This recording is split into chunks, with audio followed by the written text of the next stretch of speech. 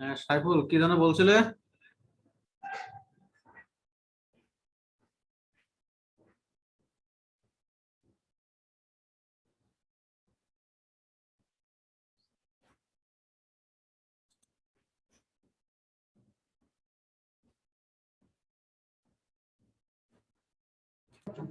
Sir class test হচ্ছে দুইটা হইছে। দুটা হয়েছে না? জি তা স্যার। তোমাদের পূজার ছুটি কত তারিখে? পূজা তো 10 তারিখ দিয়েছে। 10 তারিখ থেকে না? স্যার 10 তারিখ থেকে 14 তারিখ পর্যন্ত পূজার ছুটি মেবি। লাস্ট তোমাদের এর পরে ক্লাস আছে কত তারিখে? ম্যাথ ক্লাস আছে আজকে স্যার সোমবার মেবি। সোমবারে কয় তারিখ আছে দেখো তো।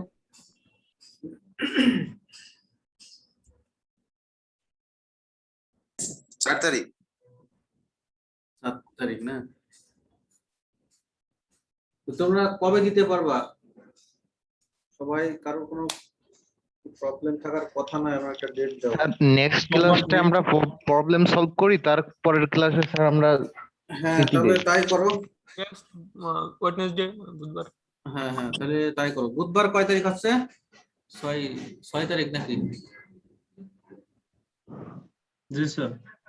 তাহলে তাই করো। হ্যাঁ, তো ওই দিনে এই সোমবারে না ক্লাস আছে? জি স্যার। সোমবারে সবাই যে যার প্রবলেম গুলো ইন্ডিকেট করে রাখবা, এই আর কি। আচ্ছা, আমরা নতুন একটা টপিক শুরু করবো। দেখো, টপিকসের নাম হচ্ছে ট্যানজেন্ট আর নরমাল। স্যার আর যদি স্যার পরীক্ষা কি এই মানে লিবনিজ থিওরি পর্যন্ত নেবেন নাকি এই নতুন যেটা করাচ্ছেন এটাও নেবেন?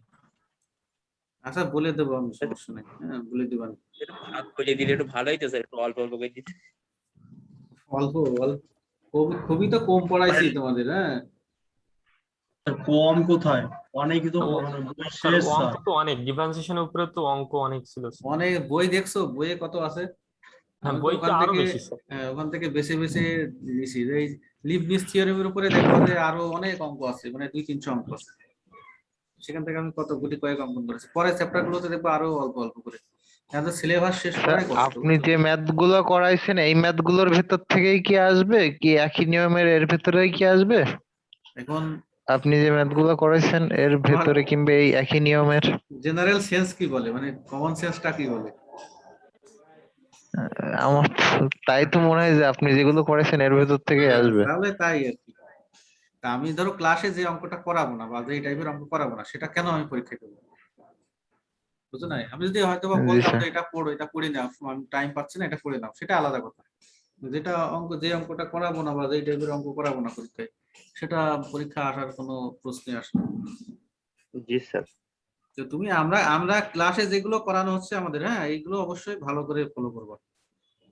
বাইরের পড়া যদি কেউ এক্সট্রা পড়তে চাও সেটা ওকে অবশ্যই স্যার। করবা। এক্সট্রা পড়াশোনা তো করতে পারো, সমস্যা নেই। দেখো, নতুন টপিকস ট্যানজেন্ট আর নরমাল। ট্যানজেন্টের বাংলা অর্থ হচ্ছে স্পর্শক, আর নরমালের বাংলা অর্থ হচ্ছে লম্ব। হ্যাঁ, আরো আবিধানিক ভাবে বলা হয় যে অভিলম্ব। ঠিক আছে, অভিলম্ব। তো অভিলম্ব আর লম্বের মধ্যে পার্থক্য দেখো। এমনিতে এটা যদি একটা সরলরেখা হয়, তো এই সরলরেখার উপরে যদি একটা সরলরেখা 90 ডিগ্রি কোণ করে থাকে, অ্যাঙ্গেল করে, সেটাকে আমরা কি বলি? অবিলম্ব। না, লম্ব বলি, অভিলম্ব না। এটাও লম্ব, এটা পরস্পরের সাথে কি লম্ব আর কি, দুইটা সরলরেখায় লম্ব। হ্যাঁ, লম্ব ভাবে আছে, এটা বলা হয়। কিন্তু যেই সরলরেখাটা কোনো স্পর্শকের সাথে লম্ব, স্পর্শক বা ট্যানজেন্টের সাথে লম্ব, সেটাকে আমরা বলবো অভিলম্ব। স্পর্শক হয় কোথায়? স্পর্শক হয় একটা কার্ভের একটা বিন্দুতে, বক্ররেখা। এটা যদি একটা বক্ররেখা হয়, তো বক্ররেখার সাপোজ এটা একটা বিন্দু, এই বিন্দুটি টাচ করে গেছে, মনে করো এটা টাচ করে যাচ্ছে একটা সরলরেখা। ঠিক আছে, এই সরলরেখার উপরে যদি আরেকটা সরলরেখা লম্ব হয় এই ট্যানজেন্টের উপরে, তখন এটাকে বলবো আমরা নরমাল বা অভিলম্ব। ঠিক আছে, এটা না হবে তখন কি নরমাল, বা বাংলায় বলা হয় অভিলম্ব। নরমাল আমরা জানি স্বাভাবিক, নরমালের বাংলা অর্থ কি স্বাভাবিক, কিন্তু এখানে স্বাভাবিক না, ম্যাথমেটিক্যাল ল্যাঙ্গুয়েজ এটা। হ্যাঁ, এটা হবে, এটা হচ্ছে অভিলম্ব বা ট্যানজেন্টের সাথে যে সরলরেখা 90 ডিগ্রি অ্যাঙ্গেল করে থাকে ওটাকে বলা হয় নরমাল। তো ট্যানজেন্টের একটা ইকুয়েশন আছে, নরমালেরও একটা ইকুয়েশন আছে। ট্যানজেন্টের ইকুয়েশনটা তোমরা তো মনে হয় মনে থাকার কথা, ইন্টারে করে আসছো। একটা সরলরেখা আছে না, ও x1 y1 বিন্দু বিন্দু দিয়ে যায় এবং ওই সরলরেখাটা ঢাল আছে m হলে তার সমীকরণ কি? একটা সরলরেখা x1 y1 বিন্দু দিয়ে যায়, মনে করো এটা একটা সরলরেখা, এই সরলরেখার উপরে একটা বিন্দু আছে x1 y1 এবং এই সরলরেখার স্লপ বা ঢাল m। তাহলে এই সরলরেখার ইকুয়েশনটা কি ছিল? y minus y1 y1 equal equal m to into m x minus x1. x minus x1। এইটাই মূলত ট্যানজেন্টের ইকুয়েশন, বুঝছো? এটা হচ্ছে ট্যানজেন্টের সমীকরণ। তো এই স্ল্যাব বা ঢাল এটার অর্থ কি? স্ল্যাব কাকে বলে মনে আছে?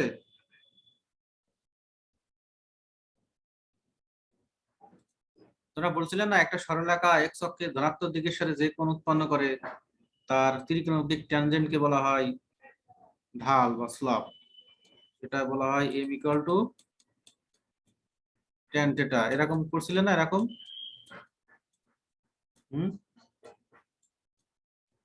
মনে নাই? ঢাল মানে দেখো একটা এই এক্স এর সাথে, মনে করো এইদিকে এক্স এটা ওয়াই, এই এক্স এর সাথে আমরা যদি বক্ররেখা না সরলরেখা কল্পনা করি, এক্স এর সাথে ওয়াই এর কি পরিবর্তন, সেই পরিবর্তনটা আমরা এইভাবে ডিনোট করছিলাম এরকম। এরকম হতে পারে। যদি আরো বেশি পরিবর্তন হয় তাহলে আরো খাড়া, হ্যাঁ আরো বেশি পরিবর্তনটা যদি অসীম হয়ে যায় তাহলে ওয়াই অক্ষের সাথে এরকম হয়ে যাবে। হ্যাঁ, এই সরলরেখাগুলোকে বলা হয় এক্স এর পরিবর্তনের সাথে ওয়াই এর কি পরিবর্তন, সেটা যদি আমরা একটা গ্রাফ অঙ্কন করি তাহলে এরকম গ্রাফ হয়, এরকম সরলরেখা এরকম। আর ওই ফাংশনটা ওয়াই এর ফাংশনটা যদি একটা কার্ভ হয়ে যায়, বক্ররেখা, এরকম বক্ররেখা হয়ে যায়, তো বক্ররেখার ঢাল মানে বক্ররেখার ঢাল, তো এটা তো বক্ররেখার ঢাল বের করার জন্য বক্ররেখা যে কোনো একটা বিন্দুতে ট্যানজেন্ট নিতে হয়, স্পর্শ। এই যে এরকম, এই যে এইটা।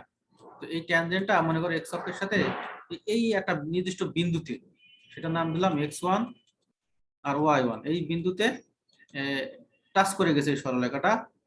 এটা হচ্ছে x, এটা y, এক্স অক্ষের সাথে θ ডিগ্রি কোণ করে আছে, অ্যাঙ্গেল করে আছে, ঠিক আছে? তো আমরা ঢালের ডেফিনিশন থেকে জানছিলাম যে ঢাল মানে এই এক্স এর সাথে ওয়াই এর পরিবর্তনের একটা গ্রাফ অঙ্কন করলে যেটা হবে সেটা মূলত এই যে এরকম হবে, ঠিক আছে?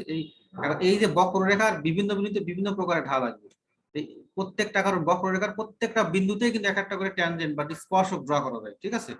এই তো সেই ক্ষেত্রে আমাদের সমীকরণটা ছিল, এই ফর্মুলা ছিল m equal to tan theta. আর tan মানে কি? tan মানে মনে আছে? tan মানে লম্ব বাই ভূমি। তো উপরের দিকে তো ওয়াই এর মান, হ্যাঁ উপরের দিকে কিসের মান? ওয়াই এর মান, নিচের দিকে এক্স এর মান।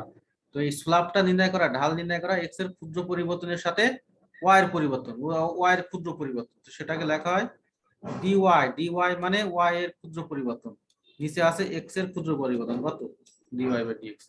এই ডিওয়াই বাই ডিএক্স এটা আবার কি? ফার্স্ট ডেরিভেটিভ, ঠিক আছে? এটা কি ফার্স্ট ডেরিভেটিভ, আবার এটা কি উপরে আছে ডিওয়াই মানে ওয়াই এর ক্ষুদ্র পরিবর্তন, এই ওয়াই মানে টোটাল ওয়াই, আর ওয়াই এর ক্ষুদ্র পরিবর্তন হলে কি লাগবে? আমরা ডিওয়াই ডিনোট করি। এক্স এর ক্ষুদ্র পরিবর্তন ডিএক্স, তো এক্স এর ক্ষুদ্র পরিবর্তনের সাথে ওয়াই এর যে ক্ষুদ্র পরিবর্তন সেটাকে আমরা লিখি ডিওয়াই বাই ডিএক্স। আবার এটাই আবার কি? ওয়াই এর এক্স এর সাপেক্ষে ওয়াই কে ডেরিভেটিভ বা ফার্স্ট ডেরিভেটিভ। তো ফার্স্ট ডেরিভেটিভ মানে সেটা আবার কি? স্ল্যাব বা ঢাল, বুঝতে পারছো? তাহলে মানে একটা ইকুয়েশন দেওয়া থাকলে সেই ইকুয়েশনটাকে বা ফাংশনটাকে এক্স এর সাপেক্ষে একবার ডেরিভেটিভ করলে যেটা হবে সেটাই মূলত কি হবে? ওই ইকুয়েশন বা ওই ফাংশনের কি? স্ল্যাব। মনে করো একটা আমাদের কার্ভ দেওয়া আছে y equal to x square plus 3x। এখন যদি বলা হয় যে এই ইকুয়েশনের বা এই ফাংশনের এই ইকুয়েশনের স্ল্যাব কত, ঢাল কত, তাহলে তোমরা করবা কি? x এর সাপেক্ষে ডিফারেন্সিয়েট করবা dy বাই dx, ডান পাশে যা হবে ওইটাই ঢাল 2x প্লাস 3, ঠিক আছে? মানে x এর বিভিন্ন মানের জন্য বিভিন্ন রকমের ঢাল পাওয়া যাবে। এই বুঝতে পারছো? তাহলে স্ল্যাব বা ঢাল মানে কত? First derivative. ঢাল মানে কি? First derivative. তাহলে এম মানে ডিওয়াই বাই ডিএক্স। তাহলে আমরা যে ইকুয়েশনটা দেখছি, যে একটা ইকুয়েশন একটা নির্দিষ্ট বিন্দু অতিক্রম করে যায়, তো এখানে দেখা যাচ্ছে যে একটা বক্ররেখা একটা নির্দিষ্ট বিন্দুতে টাচ করে যাচ্ছে একটা সরলরেখা। এটা আবার কি? ঢাল। এটা এবার কি? সরলরেখার ঢাল। এটা আছে ঢাল, সেটা এক্স অক্ষের সাথে 30 ডিগ্রি অ্যাঙ্গেল করছে। তাহলে এই সরলরেখার ঢালকে যদি আমরা এম দিয়ে প্রকাশ করি, তো এম ইকুয়াল টু কি লেখা যাবে? Dy by dx. ঠিক আছে? তো এই ডিওয়াই বাই ডিএক্স এটাই আছে সরলরেখার ঢাল বা বক্ররেখার ঢাল, যেটা বলো বক্ররেখা বলতে একটা নির্দিষ্ট বিন্দুতে তখন আমরা ডিনোট করবো। তাহলে এই যে একটা সরলরেখা y মাইনাস y1 একটা নির্দিষ্ট বিন্দুতে অতিক্রম করে x মাইনাস x1, আর এখানে ইমেজ জায়গা আমরা কি লাগবো? dy by dx x minus x1 y minus y1। এটা কার সমীকরণ? এটা একটা ট্যানজেন্টের ইকুয়েশন। ট্যানজেন্ট তো একটা সরলরেখা, তাহলে এটা সরলরেখার equation y minus y1 equal to dy by dx x minus x1। এটা কার সমীকরণ? ট্যানজেন্টের সমীকরণ। বুঝতে পারছো? হ্যালো,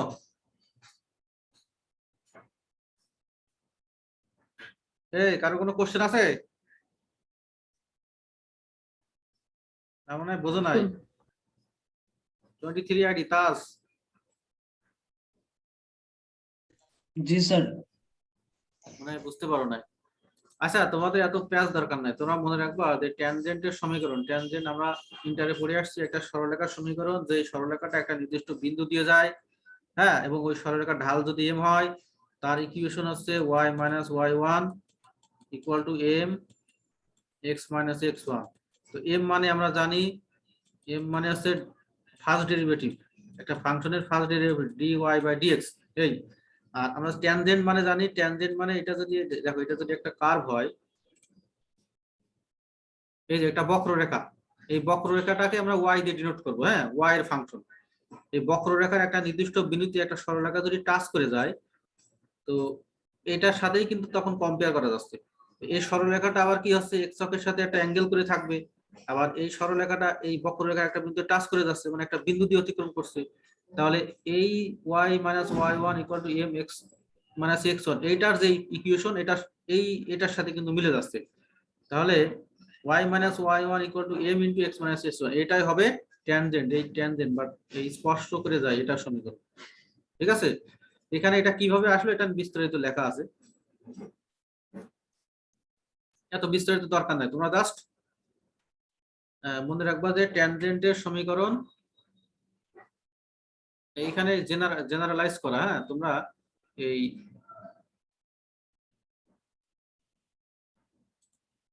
করো, ট্যানজেন্টের সমীকরণ তোমরা দিবে এরকম y minus y1 equal to dy by dx x minus x1। এটা হবে ট্যানজেন্টের ইকুয়েশন এট x1 y1 বিন্দুতে, ট্যানজেন্টের ইকুয়েশন। এখন দেখো,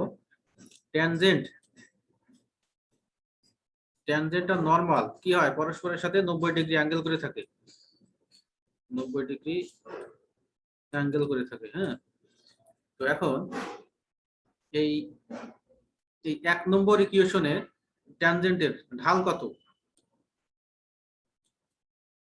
dy বাই dx। এটার সময় আমরা 1 m ধরি, m।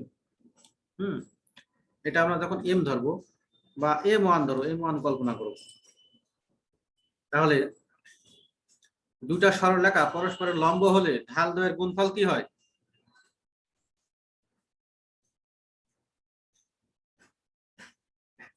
মনে নাই?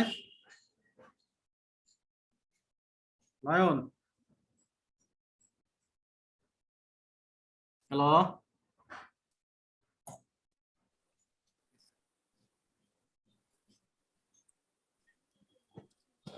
কারণ মনে আছে দুটা সরলরেখা পরস্পর লম্ব হলে তাদের ঢাল দ্বয়ের গুণফল কি হয়? জি স্যার।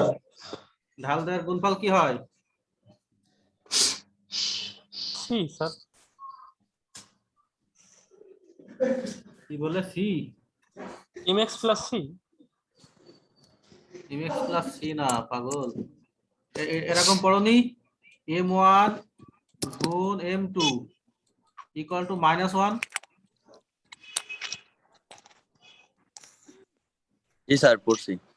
এটা হচ্ছে এই মানে একটা সরলরেখার ঢাল, সেটা হচ্ছে m1, আর একটা সরলরেখার ঢাল m2। ওই সরলরেখা দুইটা যদি পরস্পর লম্ব হয় তাহলে তাদের ঢাল দ্বয়ের গুণফল হয় -1। এটা তোমরা নিচে করে আসছো নিচের ক্লাসে, ঠিক আছে? এখন 1 নম্বর সমীকরণ আছে ট্যানজেন্টের সমীকরণ। ট্যানজেন্ট আর নরমাল কি হয়? পরস্পর লম্ব হয়। এখন এটা যদি আমরা ট্যানজেন্ট ধরি, দেখো এটা যদি আমরা ট্যানজেন্ট ধরি আর এটা যদি আমরা নরমাল ধরি, হ্যাঁ নরমাল, তাহলে ট্যানজেন্টের ইকুয়েশনটা আমরা বের করলাম। এখন নরমালের ইকুয়েশন বের করবো। দেখো তাহলে এখান থেকে আমরা কি পাই? দেখো ঢাল দ্বয়ের গুণফল হচ্ছে -1। তো এই 1 নম্বর ইকুয়েশনে dy/dx টাকে আমরা m1 ধরছি। দেখো m1, তাহলে m2 সমান কি হবে? -1/m1 হবে। বুঝতে পারছো না? জি স্যার। তাহলে এই যে ট্যানজেন্টের ইকুয়েশন আমরা পাইছি y - y1 = dy/dx x - x1, মানে মূলত এরকম y - y1 মনে করে এরকম আছে m1 x - x1। এটা হচ্ছে ট্যানজেন্টের সমীকরণ। এই ট্যানজেন্টের সমীকরণে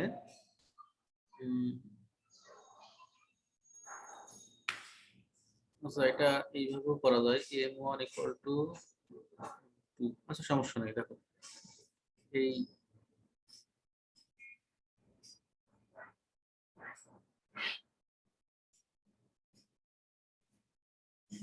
আচ্ছা এটা মান আমরা একটু মানটা হিসাব করি। m2 এর মান কি আসছে? 1/m1 মানে কত? dy/dx। দেখো dy/dx 1/dy/dx, এটা হচ্ছে m2 এর মান। আর m2 আছে কার ঢাল? m2 নরমালের স্ল্যাব ধরছি, নরমাল, ঠিক আছে? তো m2 = যদি -1/dy/dx হয় তাহলে m1 এর মান কি আসবে? তোমরা যদি মনে করো যে এখান থেকে আমরা m1 এর মান বের করব, m1 এর মান -1/m2। আমার কথা মনে হয় বোঝো নাই। আরেকবার দেখাচ্ছি। দেখো একটা ইকুয়েশন আছে y - y1 এটা সমান m1 x - x2। এটা হচ্ছে ট্যানজেন্টের সমীকরণ। হ্যাঁ ট্যানজেন্ট, এটা হবে ট্যানজেন্ট। আর একটা সমীকরণ হবে সেটা আছে নরমালের, সেটা ধরলাম y - y2 m1 আছে, এটা ধরলাম m2 x - x, ঠিক আছে? এটা দিলাম নরমালের সমীকরণ, নরমাল। তো এই m1 এর মান আমরা জানি, m1 এর মান জানি আমরা, ঠিক আছে? তো m1 এর মান dy/dx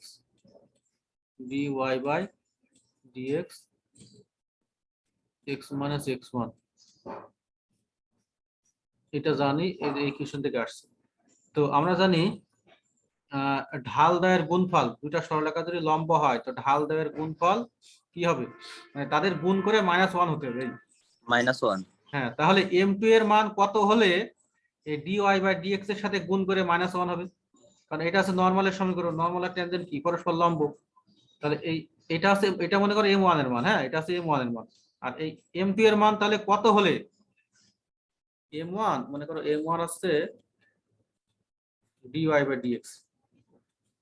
এই m2 এর মান কত হলে m1 আর m2 গুণ করলে -1 হবে? m1 -dx/dy m2 এটা সমান -1 হতে হবে। তাহলে এই m1 এর মান আমরা পাইছি কত? dy/dx। তাহলে m2 এর মান হবে 1/dy/dx, 1/dy/dx। তাহলে এই নরমালের ইকুয়েশনটা কি হবে? তাহলে y - y1 সমান সমান এখানে একটা মাইনাস আসবে 1/dy/dx, তারপরে সাথে x মাইনাস x1। এটা হচ্ছে নরমাল ইকুয়েশন, ঠিক আছে?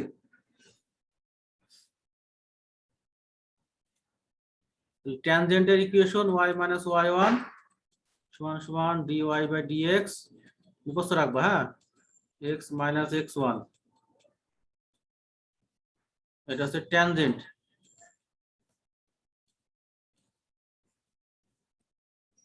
ট্যানজেন্ট মানে মনে করো এরকম, এই যে এটা,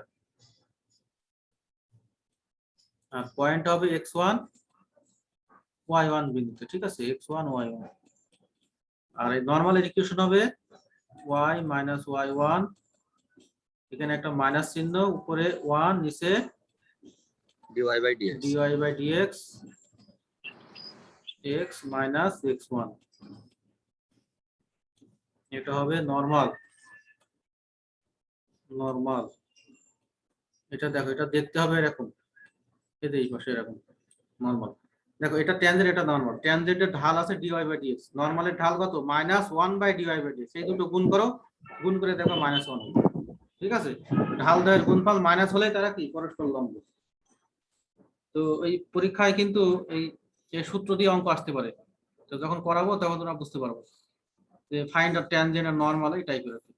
তো এই দুইটা সূত্র মুখস্থ রাখতে হবে। এটা হচ্ছে x1 y1 বিন্দুতে ট্যানজেন্টের সমীকরণ y মাইনাস y1 সমান dy/dx। dy/dx এটা কি? ঢাল বা স্লপ। x মাইনাস x1 এটা ট্যানজেন্টের ঢাল। আর একটা আছে y মাইনাস y1 সমান সমান -1/dy/dx, x মাইনাস x1, এটা হচ্ছে নরমালের ইকুয়েশন x1 x2 বিন্দুতে।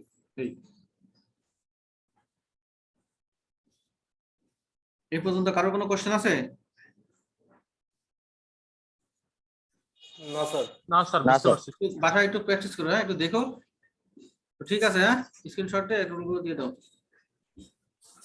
জি স্যার। সূচনা দিয়ে দিই।